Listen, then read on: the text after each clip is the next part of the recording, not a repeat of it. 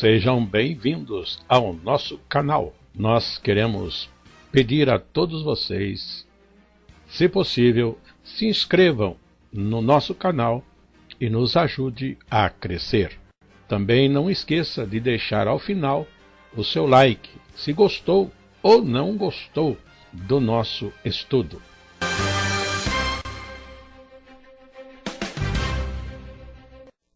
O programa a seguir é de inteira responsabilidade de seus idealizadores e apresentadores.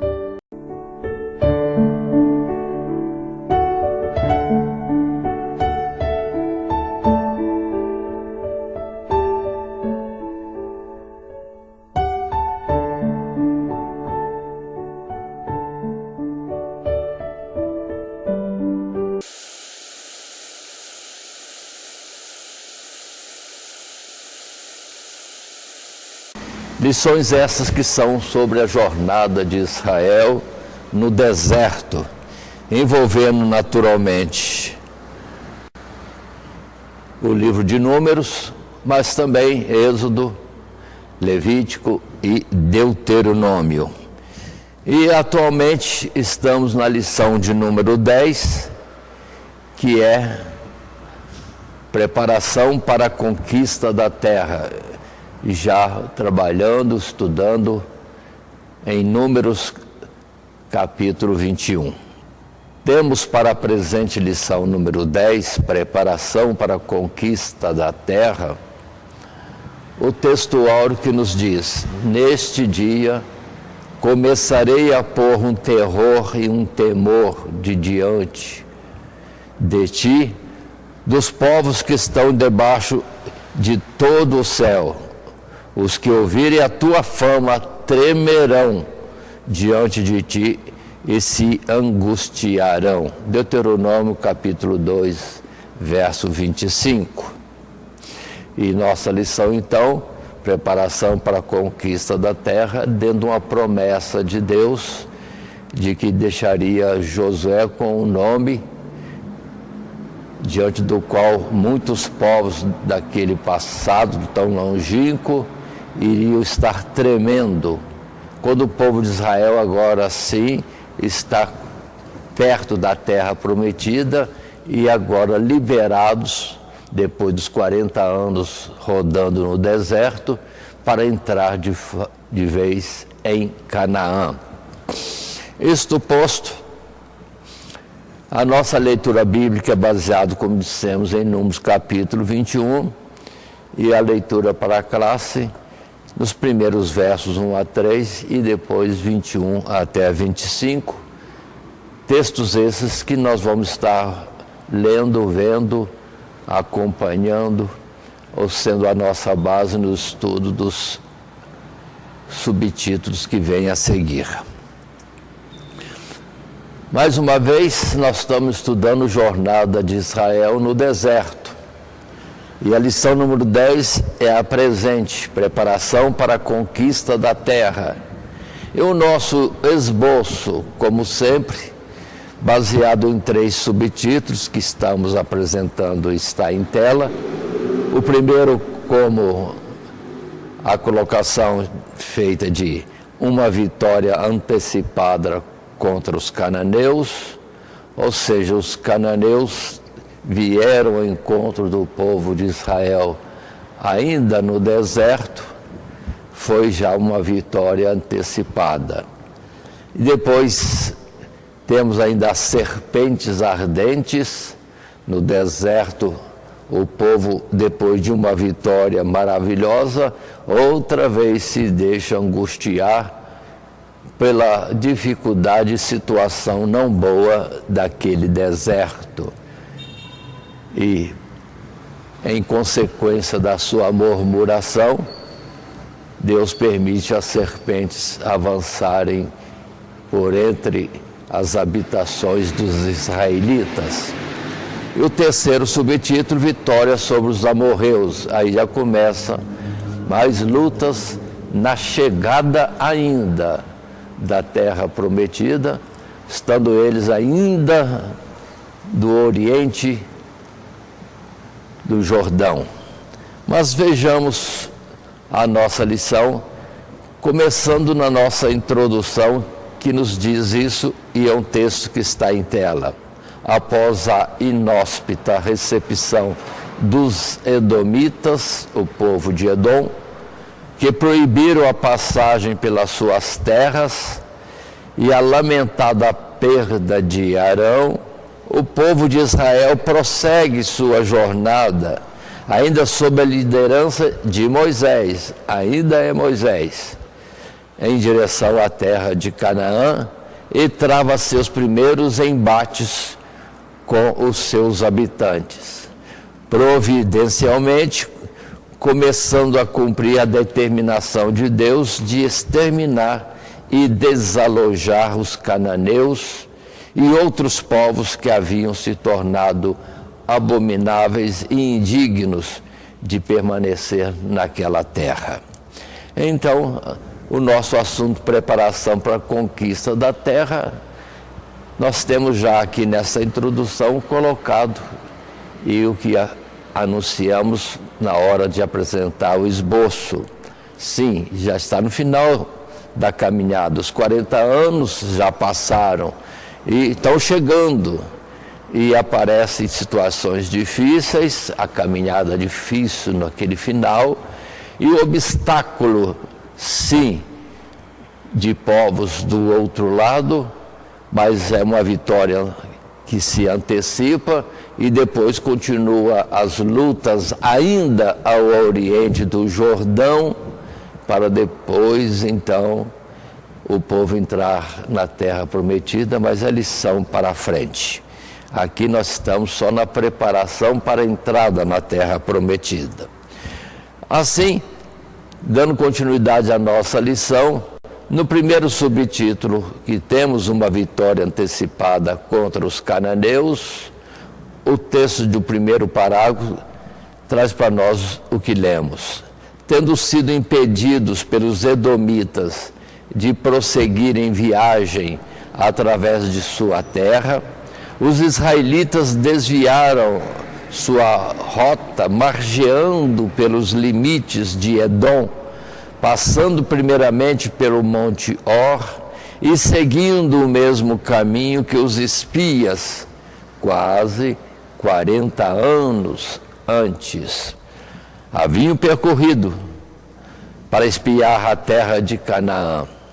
Mas, ao passo que os espias conseguiram passar desapercebidos pela terra, a marcha de todo o povo de Israel não podia deixar de ser notada. Como bem sabemos, os cananeus temiam Israel pelos feitos que Deus havia operado em seu favor na terra do Egito, há 40 anos atrás. E na medida que aquele povo se aproximasse de Canaã e começasse a destruir os seus reis, mais os cananeus se inquietariam. Assim, ao receber a notícia ou as notícias da aproximação dos israelitas, o rei de Arade, uma cidade próxima do Monte Or, ao sul, já na terra de Canaã, resolve se antecipar e vai ao encontro de Israel para combatê-lo, provavelmente apanhando-os de surpresa, de maneira que alguns israelitas são feitos prisioneiros e levados pelos cananeus. Então, aí está esta antecipação da entrada de Israel em Canaã, porque alguém lá do outro lado, sim, vem ao encontro de Israel no deserto. E a primeira batalha, o povo pego de surpresa, não estavam preparados ou, digamos assim, avisados, e alguns israelitas são levados presos. Mas logo depois, numa outra investida, o povo de Arade é totalmente destruído, aí o povo de Israel tendo já um modelo dos inimigos que teria em Canaã, mas de uma vitória que assim começava e iria perdurar, porque Deus prometeu combater com eles e seguir com eles em toda aquela caminhada. Então observe que nós estamos em Números capítulo 1 e o texto apresentado é só o verso 1, que diz para nós: ouvindo o cananeu, o rei de Arade, que habitava para a banda do sul, que Israel vinha pelo caminho dos espias, pelejou contra Israel e dele levou alguns deles por prisioneiros. Aí está uma provocação inicial e, naturalmente, como colocamos em título, uma vitória antecipada ou, inicialmente, uma batalha antecipada contra os moradores de Arade. Já no segundo texto, desse mesmo subtítulo, uma vitória antecipada contra os cananeus, podemos ainda ler o texto que diz: este ocorrido poderia ter causado grande comoção e até mesmo murmuração por parte do povo, pois parecia um revés diante das perspectivas da entrada iminente na terra prometida e da vitória sobre os cananeus que os aguardava. Os israelitas ainda não haviam enfrentado nenhum daqueles povos. Sabiam que teria que combatê-los, mas talvez não esperasse que sua primeira batalha ocorresse fora do território dos cananeus. Mesmo assim, lemos que ao invés de frustração, essa adversidade despertou a confiança dos israelitas no poder de Deus para cumprir a sua promessa, levando-os a votar, ou seja, se declarar num compromisso com Deus, e o texto diz: se totalmente entregares este povo na minha mão, destruirei totalmente as suas cidades. Embora a determinação divina de destruir os cananeus já tivesse sido declarada antes, agora eles compreendiam e desejavam cumpri-la sem reservas. E essa disposição agradou ao Senhor, que, ao seu tempo, entregaria todos aqueles povos nas mãos de Israel, para que suas cidades fossem aniquiladas, o que eles cumpriram em grande parte. E assim, conferindo este assunto das primeiras batalhas, ou a primeira batalha do povo de Israel, aqui mesmo em Números capítulo 21, o verso 2, na nossa continuidade, diz: então Israel fez um voto ao Senhor, dizendo: se totalmente entregares este povo na minha mão, destruirei totalmente as suas cidades. O Senhor, pois, ouviu a voz de Israel e entregou os cananeus, que foram destruídos totalmente, eles e suas cidades, e o nome daquele lugar chamou Orma. Aí está uma primeira batalha contra os cananeus, eles vindo para o deserto para enfrentar Israel, e são assim derrotados. Observe que é um momento glorioso, um povo grande do outro lado, ainda que se antecipando e vindo contra Israel ainda no deserto, mas foram derrotados, e o entendimento é que Deus lhes dava a vitória, Deus estava com eles. Mas observe como a nossa fraqueza é grande do ser humano ou do povo de Israel, que foi sempre como um espetáculo para o mundo. Porque aqui temos a mesma história continuada em Números capítulo 21, a partir do verso 4. O povo vai estar murmurando contra Deus. De fato, a jornada estava difícil, mas lemos o texto que está em tela, que assim diz: há uma grande demonstração de ânimo e confiança em Deus diante da adversidade, segue-se um revés na fé dos israelitas. Tendo partido do monte Or e seguindo pelo caminho dos espias, a marcha do povo começou a parecer particularmente angustiante, e mais uma vez se mostraram fracos e suscetíveis às dificuldades naturais do deserto. Não obstante a providência divina que os sustentava, e nada lhes deixava faltar de essencial à sua providência, de fato, aquela geração também precisava aprender que o homem não viverá só de pão, mas de tudo que sai da boca do Senhor. Mas só assimilariam esta lição a duras penas. Após murmurarem contra Deus, alegando que não tinham pão nem água, e deste modo injuriando o maná, e indiretamente a água da rocha que o seguia, o Senhor os castiga, permitindo que serpentes ardentes se infiltrassem no arraial dos israelitas e os picassem mortalmente. Assim perceberiam que jamais o Senhor deixou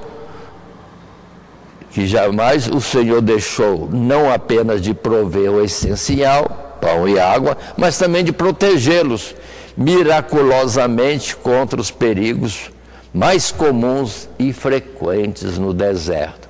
Um povo que é desatento e não tendo percebido que Deus estava com eles o tempo todo, murmura por qualquer coisa, e agora Deus deixa eles ver que aquilo que é normal existir no deserto estaria vindo sobre eles. Poderia ter vindo serpentes, como veio, é a história de hoje, ou desse instante, e depois poderíamos considerar que poderia ter vindo escorpiões também, e outros males próprios do deserto, mas não, nunca aconteceu nada para eles, mas agora Deus permitiu, porque eles murmuraram, desfazendo-se do maná que o sustentou praticamente por 40 anos. E este texto está em Números capítulo 21, o verso 4 a 6, quando se diz: então partiram do monte Or, pelo caminho do Mar Vermelho, a rodear a terra de Edom. Porém a alma do povo angustiou-se neste caminho, e o povo falou contra Deus e contra Moisés, porque nos fizeste subir do Egito para que morrêssemos neste deserto, pois aqui nem pão nem água há, e a nossa alma tem fastio. Observe o desprezo deles. A nossa alma tem fastio deste pão tão vil. E o verso 6, então o Senhor mandou entre o povo serpentes ardentes que molestaram o povo, e morreu muito povo de Israel. Ou seja, serpentes terríveis, venenosas do deserto, ao picarem alguém, era algo mortal, pronto. Já estava um tumulto no meio do povo, pela multidão de serpentes que apareceram e que é próprio no deserto mesmo. Mas também poderíamos estar considerando Deuteronômio capítulo 8, porque em Deuteronômio capítulo 8 é quando é escrito de novo sobre este assunto das serpentes, a gravidade deste mal que sobreveio a eles, quando a partir do verso 11 podemos ler a instrução de Moisés dizendo: guarda-te para que te não esqueças do Senhor teu Deus, não guardando os seus mandamentos e os seus juízos, os seus estatutos que hoje te ordeno, para que porventura, havendo tu comido, estando farto, e havendo edificado boas casas e habitando-as, e se tiverem aumentado as tuas vacas e as tuas ovelhas, e se te acrescentar a prata e o ouro, e se te multiplicar tudo quanto tens, que não eleves o teu coração e te esqueças do Senhor teu Deus, que tirou da terra do Egito, da casa da servidão, que te guiou por aquele grande e terrível deserto, de serpentes ardentes e de escorpiões e de secura, em que não havia água, e tirou água para ti da rocha do Seixal. E o 16, que no deserto te sustentou com maná, que teus pais não conheceram, para te humilhar e para te provar, e para no teu fim te fazer bem. Então, Moisés mais à frente avisa eles para que quando estiverem na terra de Canaã, não procedesse da mesma forma, murmurando de Deus, ou esquecendo-se dele, não se sendo gratos, mas que pudessem sempre estar com ações de graças diante de Deus, porque Deus sim os tinha livrado de muitas coisas que eles não perceberam. E o pouco que perceberam é Deus deixando o aviso para que eles amadurecessem no seu entendimento e melhor conhecessem a Deus. Mas passando à frente, nesta lição número 10, preparação para a conquista da terra, ainda no segundo subtítulo, as serpentes ardentes, no segundo parágrafo, um segundo texto que está em tela, naturalmente o povo vai pedir socorro de Moisés e o perdão de Deus pelas serpentes, e isso lemos.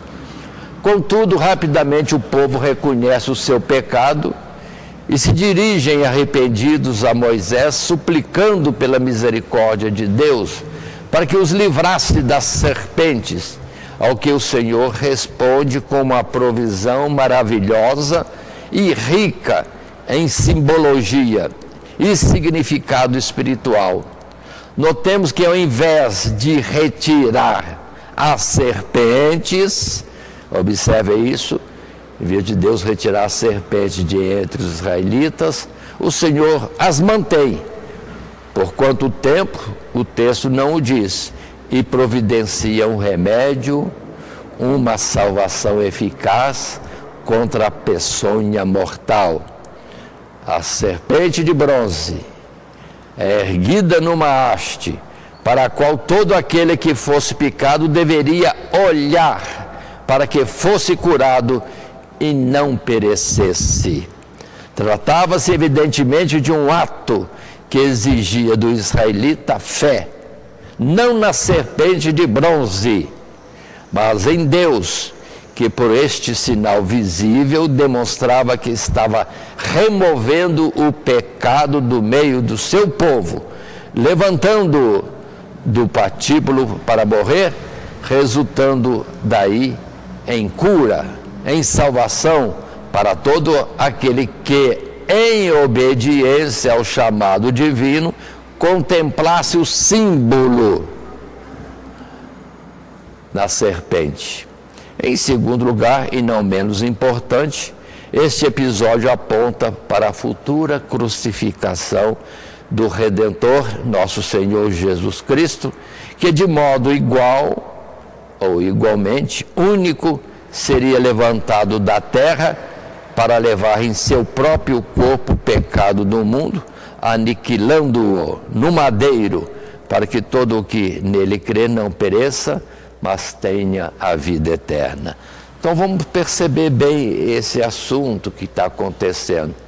Murmuraram contra Deus, desprezaram e chamaram de vil o pão que Deus providenciava no deserto por quase 40 anos, e pronto. E Deus vem logo com o castigo nessas serpentes. Mordendo alguém, certamente morreria. Mas no arrependimento, na súplica por perdão a Deus, interessante que Deus não tira a serpente, não, mas providenciam uma forma de cura ou livramento do dano que as serpentes poderiam causar. Simplesmente manda Moisés fazer uma serpente de metal, de bronze, e suspendê-la no madeiro. E a ordem era essa, que todo aquele que fosse picado por uma serpente morreria na certa, a não ser que olhasse, só olhasse para aquilo que estava levantado no deserto. Observe bem essas figuras. Deus não mandou adorar, se inclinar, venerar ou trazer ofertas para a serpente. Não, é só olhar. Por isso também que tem aquela palavra de Deus que diz: olhai para mim e sereis salvos vós, todos os habitantes da terra. Ou a palavra que depois, no texto que nós agora apresentamos, que está em tela, Números 21, 7 e 9, contando essa narrativa do povo sendo mordido e olhando e sendo curado, versos 7 até 9, que diz: pelo que o povo veio a Moisés e disse: havemos pecado, porquanto temos falado contra o Senhor e contra ti. Ora ao Senhor que tire de nós estas serpentes. Então Moisés orou pelo povo. E disse o Senhor a Moisés: faze uma serpente ardente e põe-na sobre uma haste, e será que viverá todo mordido que olhar para ela.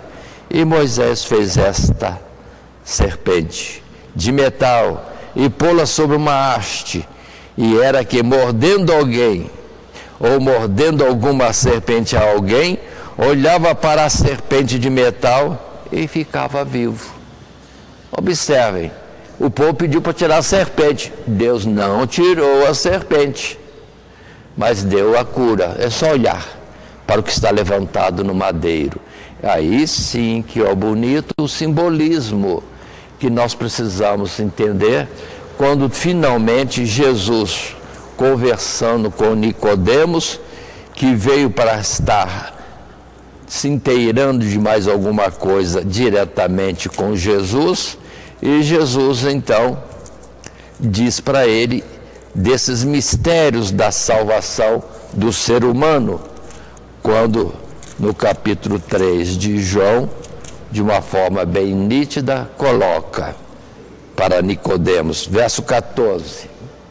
Observe o que nós temos neste momento, e que diz assim: e como Moisés levantou a serpente no deserto, assim importa que o Filho do Homem seja levantado, para que todo aquele que nele crê não pereça, mas tenha a vida eterna. Porque Deus amou o mundo de tal maneira que deu o seu Filho unigênito, para que todo aquele que nele crê não pereça, mas tenha a vida eterna.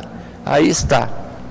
O que Deus mandou Moisés fazer era um simbolismo, porque Jesus, na verdade, se colocou como a falta, o pecado do homem, recebendo isto sobre si e operando nesse processo a redenção, porque ele, Jesus, é chamado também o Cordeiro de Deus, que tira o pecado do mundo.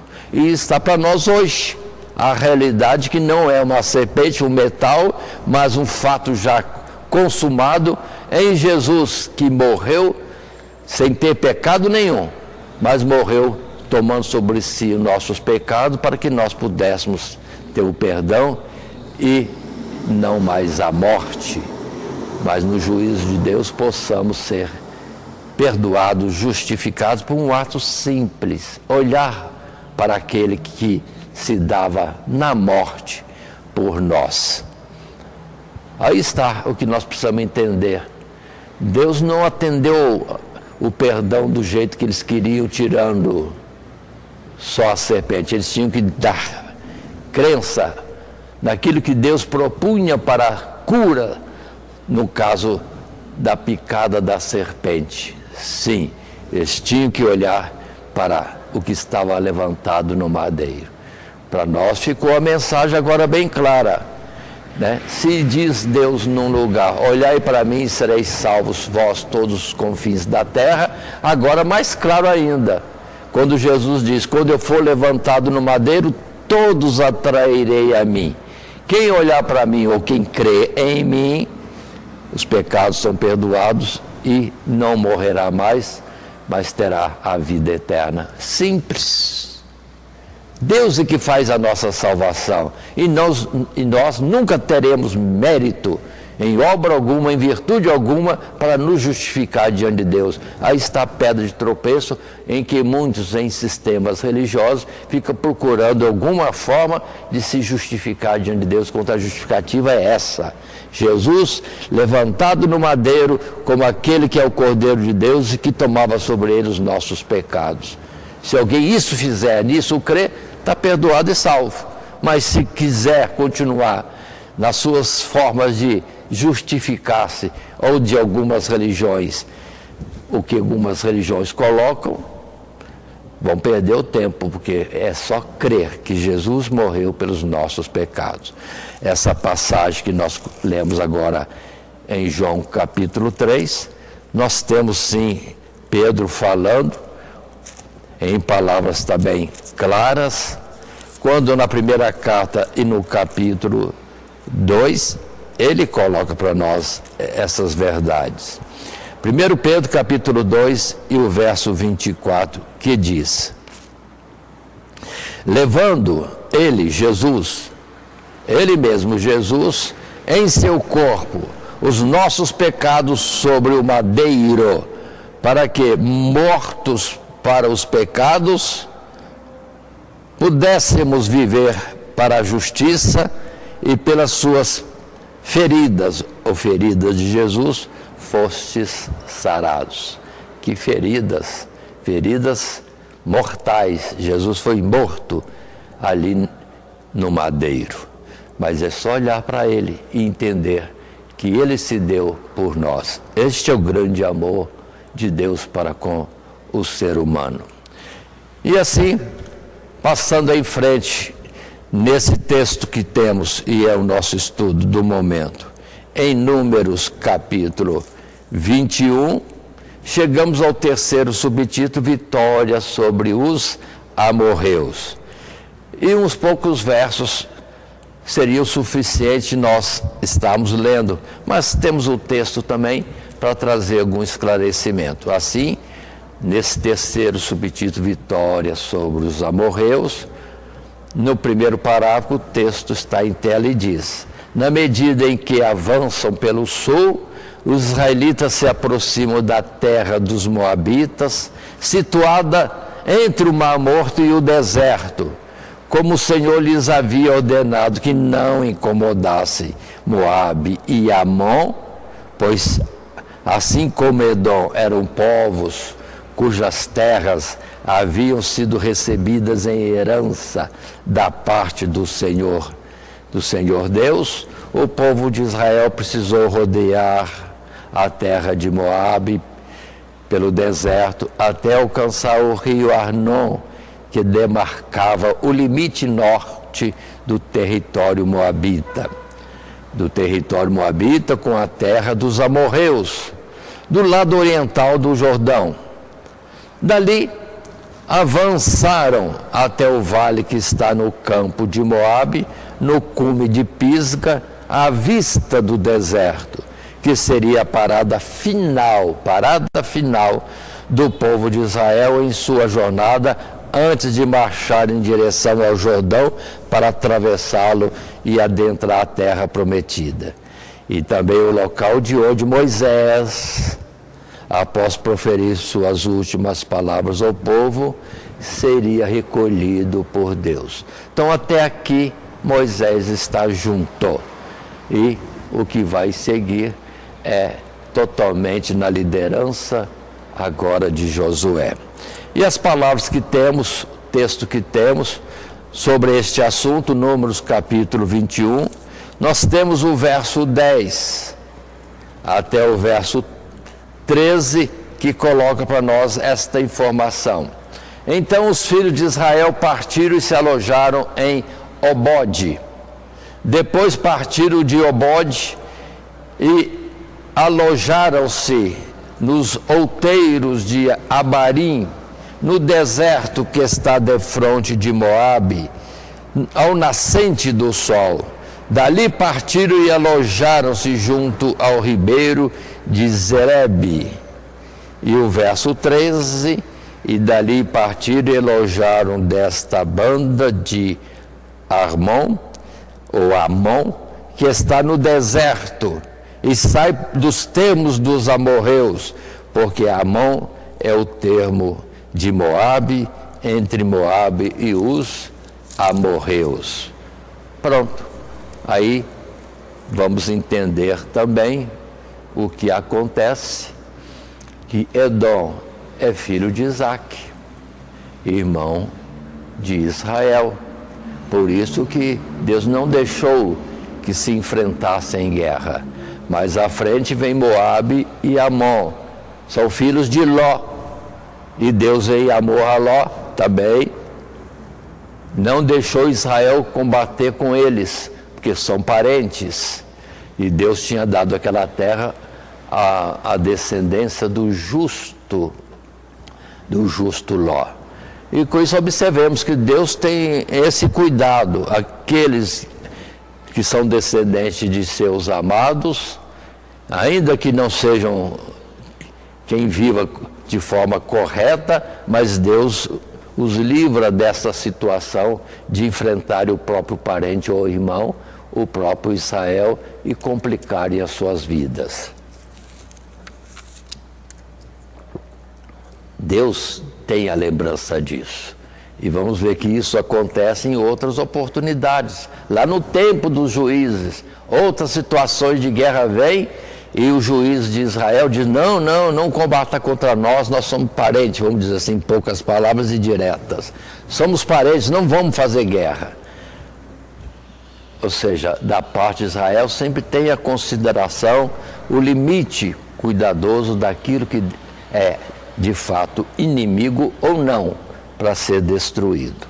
Mas este assunto dos amorreus que estão a oriente, sim, do Jordão, antes da terra prometida, este assunto nós encontramos também em Deuteronômio, que é o final de toda a trajetória e ditos, e em Deuteronômio capítulo 2, verso 17 e verso 18 e 19 diz, e o Senhor me falou dizendo, hoje passarás por Ar, pelos termos de Moabe, e chegarás até defronte dos filhos de Amon, não os moleste com eles, não contendas, porque da terra dos filhos de Amon te não darei herança, porquanto aos filhos de Ló a tenho dado por herança. Então, o primeiro cuidado está aqui. E agora no capítulo 3, o verso 27, em Deuteronômio nós encontramos, sobe ao cume de Pisga e levanta os teus olhos ao ocidente e ao norte e ao sul e ao oriente e vê com os teus olhos, porque não passarás este Jordão. É Moisés registrando esse fato. Moisés registrando? Considerem. Está falando da morte de Moisés. Então não foi mais Moisés escrevendo. Um outro já está escrevendo aquilo que sucedeu com Moisés. Algo importante para a gente entender esses fatos.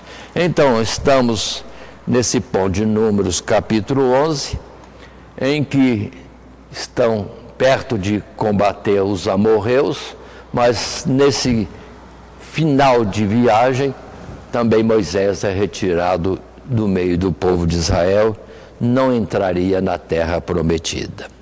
Passando a um parágrafo segundo, a um segundo texto que está em tela, nesse subtítulo 3, Vitória sobre os amorreus, e que diz: segue-se então o relato da batalha travada contra Seom, rei dos amorreus, e contra Og, rei de Bazã, cujas terras situavam-se ambas do lado oriental do Jordão e respectivamente ao norte de Moabe, onde Israel encontrava-se acampado, e ao norte de Amon.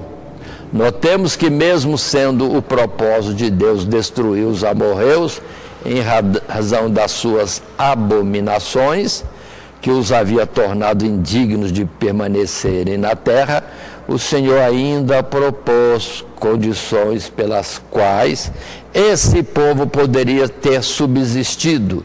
Mas os amorreus rejeitaram uma passagem pacífica de Israel pelas suas terras, preferindo sair ao seu encontro de forma ainda mais violenta do que Edom, o que ensejou a destruição de Seom e seu povo.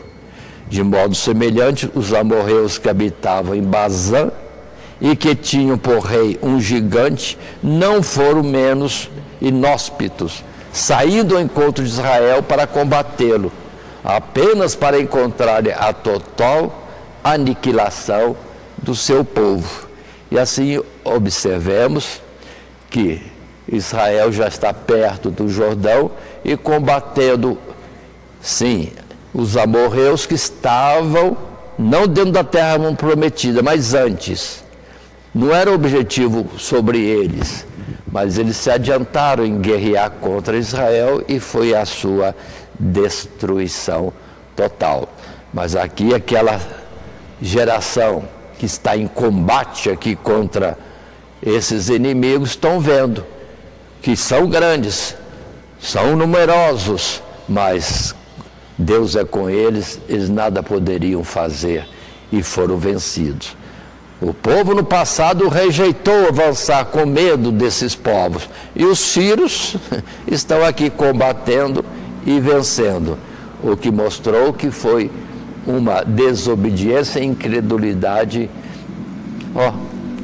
vamos dizer assim, boba ou infeliz, porque perderam a entrada mais cedo na terra que Deus lhes prometia.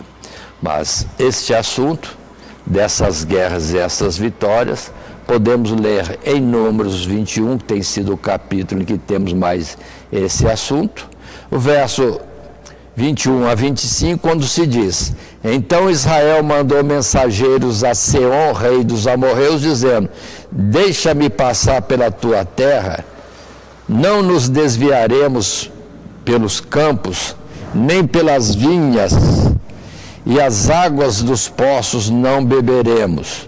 Iremos pela estrada real, até que passemos os teus termos.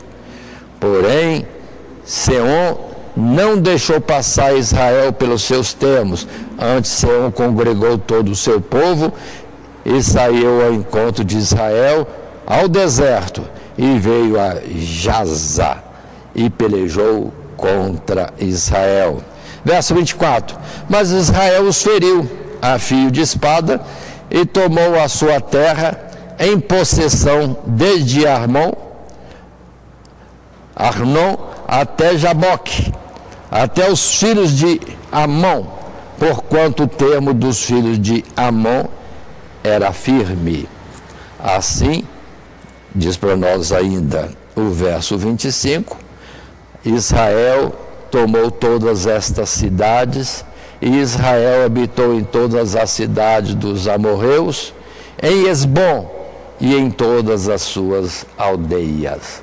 Pronto, aí está o primeiro povo vencido, Seom. Perdeu tudo, foram destruídos. E aqui vai uma explicação que não estamos citando na lição, mas aproveitando e deixando essa informação, ainda mais que a lição é dirigida a professores da Escola Bíblica Dominical. Essa terra é oriente do Jordão, não era terra prometida ao povo de Israel, mas a terra pelo que se diz, se percebe, era uma terra boa. E algumas tribos vão querer morar ali mesmo. E pedem a Josué ou a Moisés para ficarem ali. E lhes é concedido ficar naquela terra. Por isso que, olhando alguma gravura, algum mapa mostrando a distribuição das terras, vocês vão ver que fora de Canaã, a oriente de Jordão, e temos justamente algumas tribos, porque pediram para ficar lá. E, conforme está escrito, ficaram, porque foi-lhes concedido ficar naquela terra. Mas ainda temos o texto 33 a 35, quando temos aqui por escrito, 33. Então viraram-se e subiram o caminho de Bazã, e Og, rei de Bazã, saiu contra eles, e todo o seu povo a peleja em Edrei. E disse o Senhor a Moisés: não o temas, porque eu tenho dado na tua mão, a ele e todo o seu povo, e a sua terra, e far-lhe-ás como fizeste a Seom, rei dos amorreus, que habitava em Esbom. E de tal maneira feriram a ele e a seus filhos e a todo o seu povo, que nenhum deles escapou, e tomaram a sua terra em possessão. Pronto, aí já temos o povo de Israel, já à margem do Jordão, ainda do lado oriental, e já com terras boas para habitar. E não era a terra que Deus tinha dito que manava leite e mel. E algumas tribos ali ficaram, tribos que tinham mais gado. E eles gostaram daquela região porque era boa para o gado. Muito bem, e assim estamos terminando essa nossa lição 10, preparação para a conquista da terra.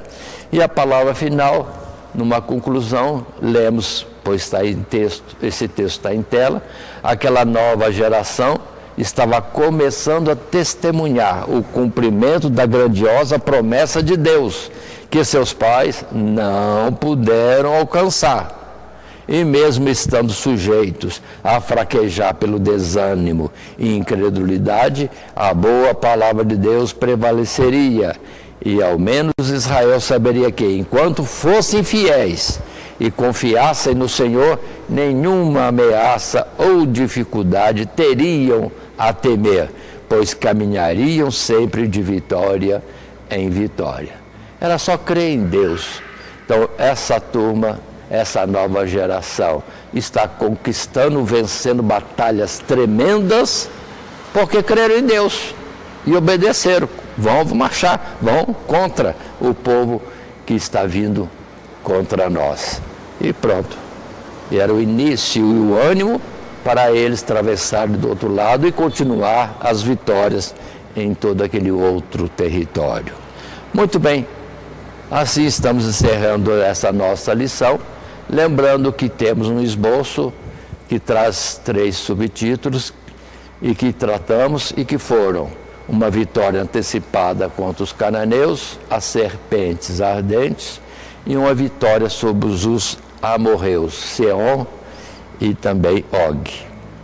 Continuando mais em frente, lembremos do nosso texto áureo, conforme Deus tinha dito: neste dia começarei a pôr um terror e um temor de ti diante dos povos que estão debaixo de todo o céu.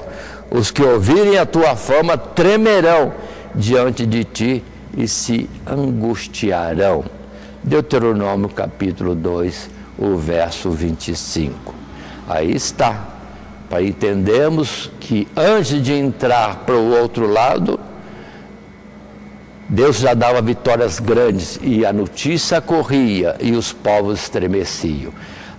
O que eles tinham antes de temor é que o Deus de Israel, o Deus que fez maravilhas no Egito, vem com o povo no deserto, ali fazendo maravilhas.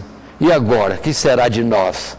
E A notícia agora recente é grandes vitórias Deus estava dando contra povos enormes e mais fortes que o próprio Israel, ou povos de gente grande, de alta estatura. Muito bem, assim terminamos essa nossa lição número 10, e que Deus seja conosco em todo o tempo, que assim estivermos no cuidado da sua palavra. Amém.